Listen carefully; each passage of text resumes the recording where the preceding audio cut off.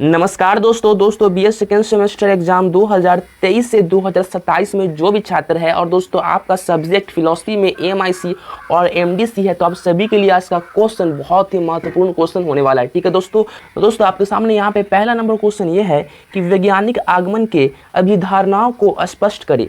ठीक है दोस्तों, इसके उत्तर में हम लोग जानेंगे कि वैज्ञानिक आगमन का मतलब है 16वीं से 18वीं शताब्दी में विज्ञान में बड़े बदलाव। इसमें पुराने विचारों को चुनौती दी गई, प्रयोग और गणित का इस्तेमाल बढ़ा और दोस्तों वैज्ञानिक समाजों की स्थापना हुई। ठीक है दोस्तों, इसने भौतिक और खगोल शास्त्र में नई समझ दी और समाज पर गहरा असर डाला।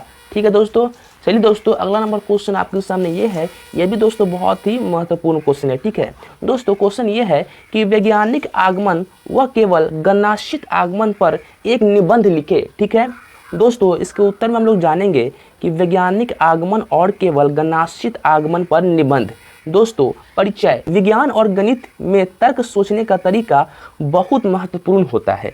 तर्क के दो मुख्य तरीके होते हैं, आगमन और निगमन। दोस्तों आगमन में हम कई छोटे उदाहरणों से एक बड़ा निष्कर्ष निकालते हैं, जबकि निगमन में पहले से बने नियमों से नए निष्कर्ष पर पहुंचते हैं। दोस्तों इस निबंध में हम वैज्ञानिक आगमन और केवल गणनाश्रित आगमन के बारे में सरल शब्दों में समझेंगे। ठीक है दोस्तों, वैज्ञानिक आगमन। ठीक है, वैज्ञानिक आगमन वह तरीका है जिनमें हम अपने आसपास के चीज़ों को देखकर और अनुभव करके किसी निष्कर्ष पर पहुंचते हैं। मान लीजिए आप रोज़ देखते हैं कि सूर्य पूर्व से उगता है। आपने यह कई बार देखा है तो आप यह कह सकते हैं कि सूर्य हमेशा पूर्व से उगता है। ठीक है दोस्तों, यह निष्कर्ष आपने अपने अनुभव से निकाला है, इसको ही वैज्ञानिक आगमन कहते हैं। ठीक है दोस्तों, यह तरीका खास इसलिए है क्योंकि इसे बार बार जांचा जाता है।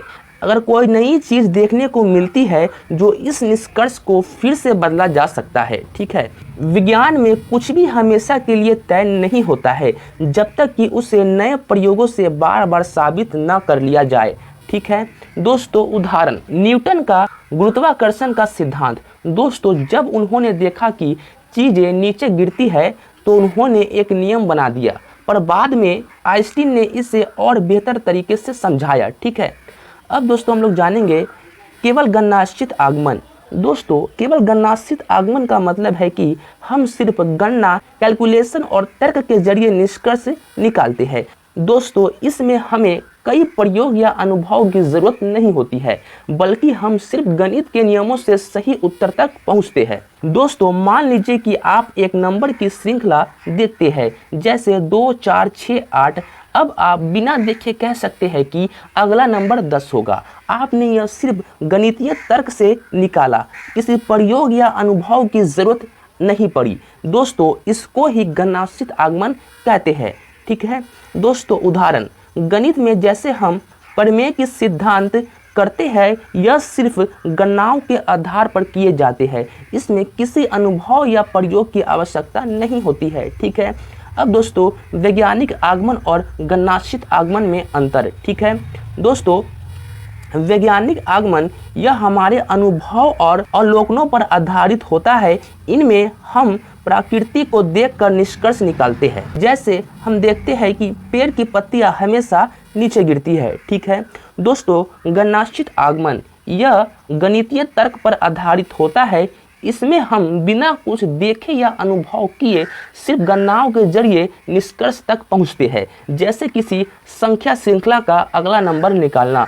ठीक है, अब दोस्तों निष्कर्ष। दोस्तों वैज्ञानिक आगमन और केवल गणनाश्रित आगमन दोनों ही तर्क के तरीके हैं जिनका अपना अपना महत्व है। वैज्ञानिक आगमन का उपयोग विज्ञान में किए जाते हैं, जबकि गणनाश्रित आगमन का उपयोग गणित में होता है। दोनों ही तरीके हमें सटीक और परिमाणों तक पहुंचने में मदद करते हैं, बस उनके तरीके अलग अलग होते हैं। ठीक है दोस्तों, चलिए दोस्तों अगला नंबर क्वेश्चन आपके सामने ये है, वैज्ञानिक व अवैज्ञानिक प्रयोगों का आशय स्पष्ट करें। ठीक है दोस्तों इसके उत्तर हम लोग जानेंगे कि वैज्ञानिक प्रयोग। दोस्तों वैज्ञानिक प्रयोग वह होता है जो तय तरीके, तर्क और प्रमाण पर आधारित होता है।